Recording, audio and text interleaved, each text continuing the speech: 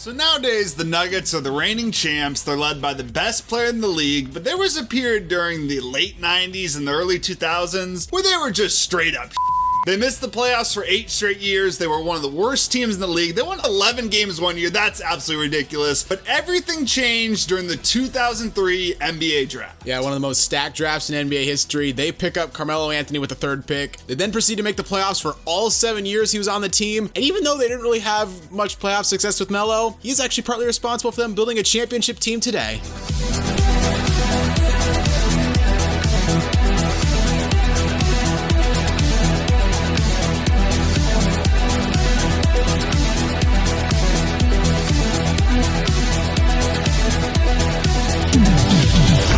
Before we start talking about the Carmelo Anthony Denver Nuggets, please give the video a like, subscribe to the channel, and hit the notification bell so you never miss out on any new videos. So the year before drafting Melo, they went 17-65, pretty damn bad. They had not made the playoffs in 8 seasons, and then, like you said, after drafting Melo, they proceeded to make the playoffs every year he was on the team. So let's take a look at the 2003 NBA draft. Obviously, LeBron was gonna go number 1, no doubt about that. Then number 2, the Pistons, instead of going with Melo, they decided to draft Darko Milicic, one of the dumbest picks in NBA history. They could have extended their dynasty, but they're like, nah, let's draft one of the biggest busts ever. You know, I was just watching a replay of the 2003 NBA draft the other day for another video, and I think it was Jay Billups or Dick Vitale, was one of the two, that was like, the Pistons are gonna forever regret passing on Melo. Choice, Mike, I really believe that Detroit may regret not making the call for Mr. Anthony.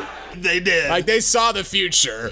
And that gave the Nuggets the obvious pick of Carmelo Anthony. He was coming off leading Syracuse to the national championship. In some years, Melo could have been a number 1 overall pick, but it was just unlucky for him. This draft class was absolutely stacked. One question I do have, in hindsight, do you think it was the right pick? Dwayne Wade went at number 5. Yeah, I guess you could say Dwayne Wade, but I don't know. It's Melo's tough. not too bad. Yeah, Melo's not too bad as a consolation prize.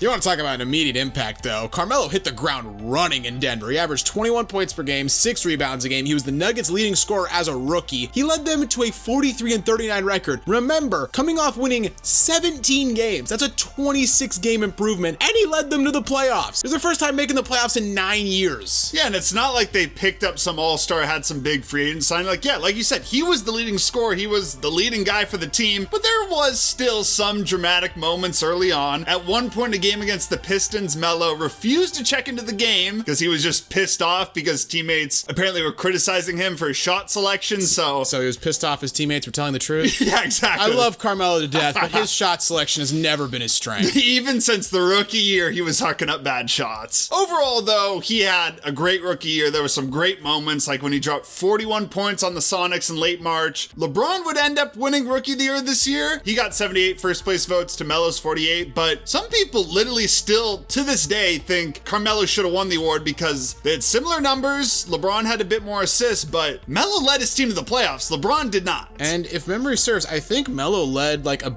much bigger turnaround. Like, I think the Nuggets, did they have a worse record than Cleveland the year prior? At least close. It was close, yeah. And Melo got his team to the playoffs in the Western Conference. Right. Unfortunately, they'd go up against the Timberwolves led by MVP KG. And they got their pushed in. Yeah, they lost in 5. Melo played like absolute shit. He averaged 15 points a game on 33% shooting, but he's a rookie. He's a rookie. Yeah, we'll cut him a break. It was a great start. And there was, at least for the first season of their careers, a debate between who's better, who would you rather have, LeBron or Carmelo. Well, there was a debate like when they were in high school, too. There was. Yeah, carries over into the first year in the league. That is a debate that would not last very long. It would end very quick. It would take 1 year for it to end.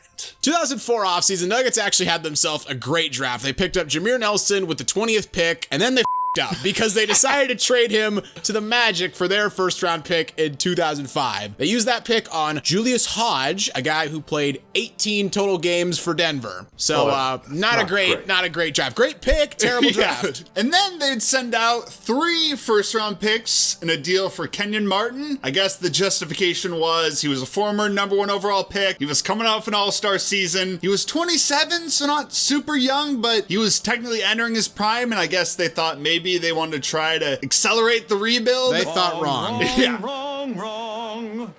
You're wrong. Unfortunately, he would never make an all-star team again, never get close, and he would deal with quite a few injuries throughout his time in Denver. After a 6-game losing streak in December the following season, they'd fire their head coach, Jeff Bzdelik. Don't even try.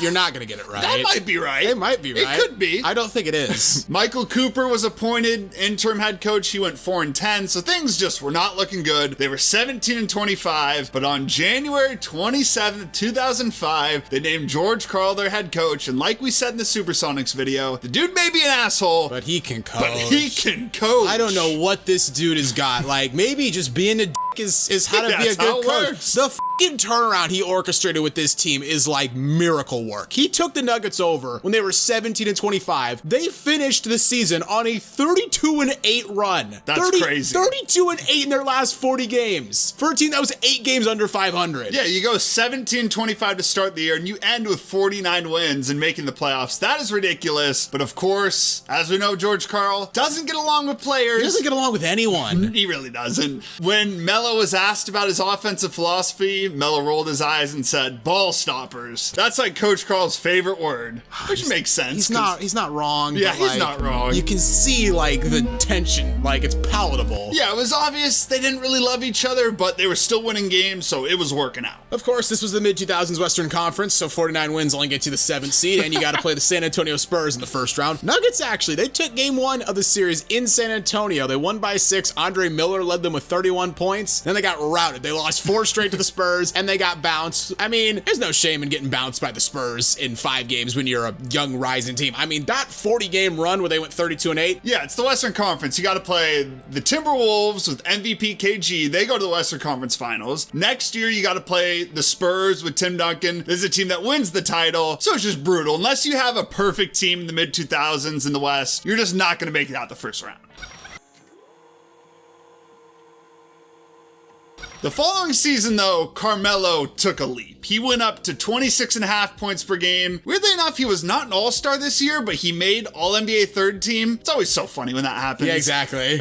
In a game against the Suns, he put up 43 points in a triple overtime game. He had a game winner. He had cotton swabs coming out of his nose because he got kneed during the triple overtime. He also had a corner 3 against the Timberwolves. Pretty tough shot. Game winner there as well. Game winner against the Rockets where he kind of shook off David Wesley and hit a mid-range shot. And he also had a game winner against the Lakers where he dropped 33 points. Dude just had hella game winners. Like, he was just clutch as hell this year. And yet the team somehow got worse. Yeah, they did. I don't really get this. Just happens. I guess, but like, they finished the season on a 4-game losing streak. They finished overall 44-38. And again, the butting heads of George Karl and Carmelo. There was a game against the Kings at the end of the season where George Karl benched both Melo and Andre Miller for the entire 4th quarter, and his excuse was, or I guess his reason was, they didn't deserve to be out there in the 4th quarter. Like, why say that? Like, say exactly. Just say it's like, oh, it was a rotation choice. The other guys were playing well. Or just make up some excuse. You're just like, no, they didn't deserve it. Just say back spasms. Right. Melo, you know, his knee was hurting. We wanted to hold him out for the playoffs. It's like, don't come out and be like, yeah, they didn't deserve it. Are you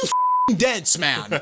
What is wrong with you? Yeah. To be fair to the Nuggets team, I guess part of the reason they regressed a bit is just injuries. Marcus Camby missed 26 games. Kenyon Martin missed 26 games with knee injuries. This dude had just the knees from hell because the dude could never stay healthy there. The 44 wins, weirdly enough, that actually got them the 3rd seed in the playoffs because of the dumbass rules of you win the division, you get the 3rd seed. The Mavericks this year won 60 games and they were the 4th seed. Burning hot take. Bring back this playoff system. Make divisions worth something. It might work. I love this. And it's hilarious. It's unbelievable. The fact that the Mavs won 60 games and they got the 4th seed. So they play the Clippers in the first round. They didn't have home court because they had the worst record, but they had the 3rd seed. During game 2 of this series, George Karl and Kenyon Martin got into it. They got an argument and halftime over his playing time, and Martin was suspended the rest of the series. For an argument? Yep, for an argument. It must have been a very intense argument. I guess.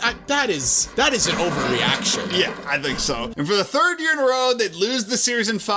Once again, Melo was not great in the playoffs. He had 21 points on 33% shooting. Like, I don't know who was locking him up on those mid-2000s Clippers team. And old Sam Cassell. Yeah, Coutinho Mobley was just D'ing this dude up, but he was not playing well in the playoffs thus far. 2006 offseason, Melo signed a 5-year, $80 million contract extension. Very notable because everyone else in his draft class, D. Wade, LeBron, Chris Bosh, they all signed 3-year extensions. Keep that in mind. The Nuggets also, though, they made a pretty good trade. They sent out Howard Isley and 2 second-round picks for J.R. Smith. Kind of all they did, though. I love J.R., but I feel like they need to do more. Yeah, they need to. I mean, they didn't have the first-round picks. They already sent them out for Kenyon Martin. Good point. 2006, 2007, they started the season a bit shaky. They were 12-9 through their first 21 games, and then all-out disaster ensued. It was a game against the Knicks in Madison Square Garden. They were up 19 points with literally like a minute and 20 seconds left. For some reason, the Nuggets still had their starters in. I have no idea why. This is an in-season tournament. There was no like point differential. No point differential, nothing. So J.R. Smith's going up for a layup, and Marty Collins, whoever the hell that is, just took him down with a nasty flagrant 2. Scuffle ensues. Carmelo ends up punching Marty Collins during it. All 10 players on the court were ejected. Love that. The rest was like, screw it, just get off the damn court. We can't even be bothered to look through the footage and figure this out. All y'all, you're all gone. We'll figure it out later. And Carmelo was suspended 15 games for this, JR 10 games, and then they were like, you get a 1-game suspension just for being there. Yeah, well, the Nuggets figured Melo's gonna be out for 15 games. We need some kind of help. So literally 3 days after this, they traded for Allen Iverson. They sent out Andre Miller, Joe Smith, and 2 first-round picks. 2 more picks. Keep in mind, though, they sent out 3 first-round picks for Kenyon Martin, and they sent out 2 first-round picks for Allen Iverson. Makes no sense. It doesn't make any sense at all. Other than the fact that the Nets had a really good GM back in the day. Yeah. Master negotiator. Immediately, though, Iverson played pretty well for them. They were 2-1 in the first 3 games, and in the 3rd game against the Sonics, 44 points and 10 assists. You don't really think of Iverson as a passer, but not bad stat line. Problem is, they'd lose the next 5 games because Anthony's still out, JR is out, but Melo would return. He'd make his debut with Iverson on January 22nd, and they finished the year hot. They finished winning 10 of their last 11 games. And I love this little note from J.R. Smith. He was on JJ Redick's podcast and he said his favorite memory playing with Melo and AI was once AI came in the locker room and he was like, if Melo doesn't have the ball and I don't have the ball, then you need to give that damn thing up. What do you say to that if you're JR? I guess like, okay, I got it. You got it, AI. Like 2 of the best scorers. Yes, sir, Captain. Also, Marcus Camby won Defensive Player of the Year this year. I think he led the league in blocks, but I have to say, especially considering he never won one, and I love Marcus Camby. He played on the Blazers. Yep. He was great. Tim Duncan should have won this. This was straight bull. Probably. Tim Duncan really never won a Defensive Player of the Year? Never won one. Has the most All-NBA defensive first-team selections with 15, but never got the award. 2007 playoffs, they win 45 games. They're the 6th seed, and I think for the 4th straight year, they lose in 5 games. Yes. And once again, just like 2 years ago, they win game 1 on the road. Can you guess where? It's San Antonio. Yeah. They beat the Spurs in game 1, and then they lose 4 straight games in the series. By this point, it's a bit repetitive. Yeah. At first, it was like, okay, young team, young star player, that's fine. This is like year 4. I mean, I guess it's another team that won the championship, so what can you really do? Yeah, but exactly. That's just brutal. 2007 offseason, there wasn't really any major moves. I mean, again, they had no first-round picks. They're sending them all out, so they couldn't do much. But you have a full training camp with AI and Melo to gel, so there was some optimism that maybe this would be the duo that helped lead them deep in the playoffs. They started the season 8-3 through 11 games, so pretty good. They were 27-18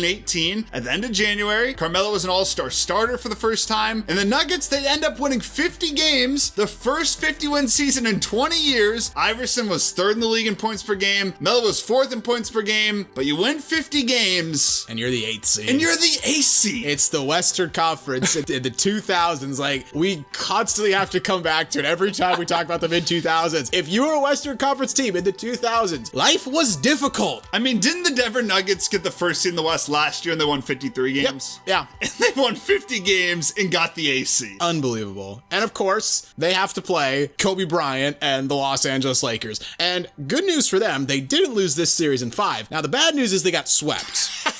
So that's tough. And I mean, they didn't have to play the Spurs, who won the title, but they did play the Lakers, who made the finals. Yeah, so it's not a team that won the title, it's just a team that made the finals. You want to talk about some unlucky matchups for the Denver Nuggets? Like year after year, they're playing either the team that wins it or the team that almost wins it. It was that one Clippers year was their chance to make it out. And they lost in 5. Yeah, they lost in 5 once again. 2008 offseason, they dumped Marcus Camby to the Clippers for really just a second round pick. I guess it was done to shed some salary. They picked up the Birdman to replace him. Love him. I do love him, but questionable choice there. And then just 3 games into the season, they broke up the Melo and AI duo, not even 2 full years after they put it together. They sent Iverson to the Pistons. They brought in Chauncey Billups. A phenomenal trade for the Denver Nuggets. Yeah, I understand why they sent out everything to get AI because they need another star to pair with Melo, but it's so damn redundant. Like 2 guys who are ISO scorers, ball stoppers. It just wasn't going to work. Like Chauncey, just a way better fit. And by this point, AI, I mean, I know he was just, 3rd in scoring. Once he went to the Pistons, he just fell off a cliff. I was going to say, I got to bring up, what the hell were the Pistons thinking? I don't know. Sending out Chauncey like the guy who won you an NBA championship in 2004, won finals MVP, and you send him out for Allen Iverson? And apparently Chauncey didn't even want to leave.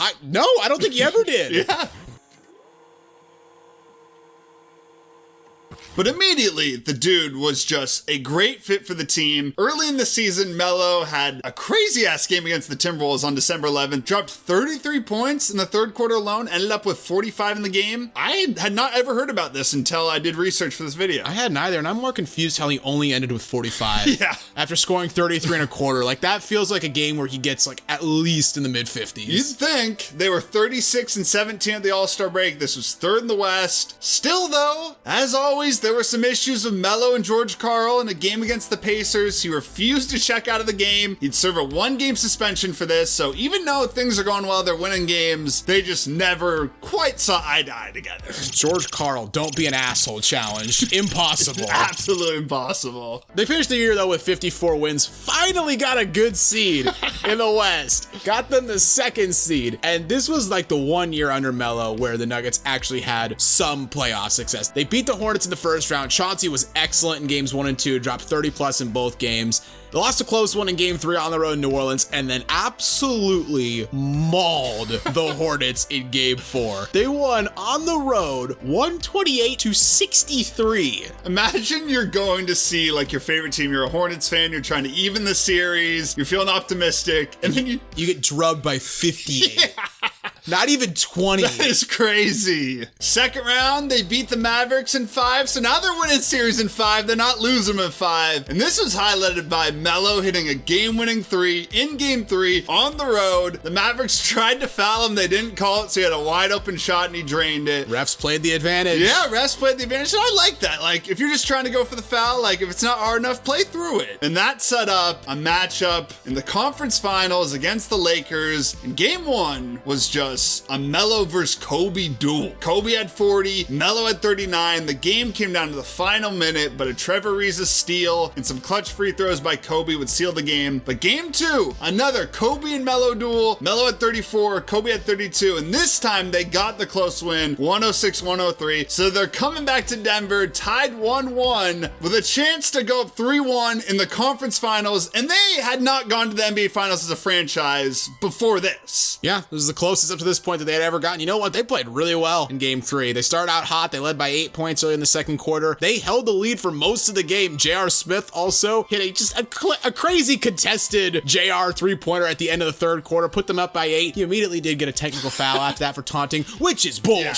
By the way, that's just a classic JR 3 though. Kobe got the last laugh though. He ended up putting the Lakers up for good late in the 4th quarter, just with a really wonky, a classic Kobe 3 where you're like, surely he'll miss that, and then he makes it, and you're just like, well, that's lovely, isn't it? The Lakers would end up winning that game. Game 4, Nuggets would tie up the series with a 9-point win, but unfortunately, game 5, the Lakers pulled away and won by 9, and then game 6, they just got blown out back in Denver. But really, if you're a Nuggets fan, you gotta feel great. First season with Chauncey and Carmelo, you play the championship Lakers tough. Again, it's either the Spurs who win it, the Lakers who got to the finals, or in this case won it. That's just how it is. How many fucking years did the Nuggets play the team that either got to the finals or won it all? I think 4. Oh, Jesus. But yeah, if you're a Nuggets fan, like, great run. Absolutely great run. You now got Chauncey, you got Melo, you got a good supporting cast, you got an asshole who's a good coach.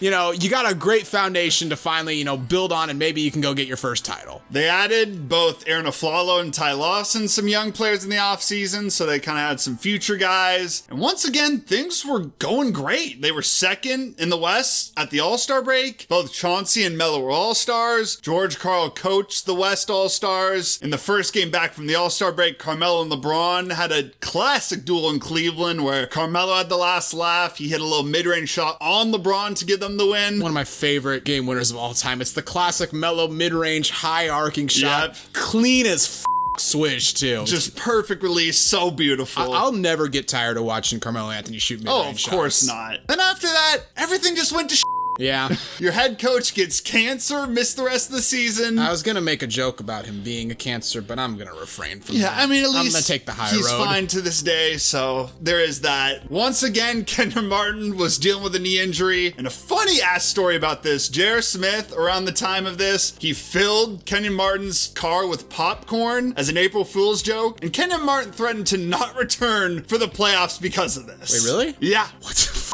It's like, you know what, this shit. I'm injured right now. I'm not coming. My car's filled with popcorn. This shit. They end the season losing to 6 against the Jazz, and basically everything was downhill from here. During the 2010 offseason, Melo was offered a 3-year, $65 million contract extension that he did not sign. It's important to note, like you said earlier, LeBron, Wade, and Bosh, they signed those 3-year deals, so they were eligible to leave this offseason, and they did, to Miami. Yep. There was the decision. Amari went to the Knicks, so it was the beginning of the player movement era. And also, another funny story, Melo got married this offseason, and during his marriage, Chris Paul did a toast, and he basically hinted at forming a big 3 with the Knicks, or at least in New York, of him, Melo, and Amari. And Nuggets executives and Nuggets owner Stan Kroenke were at the wedding and had to hear that happen.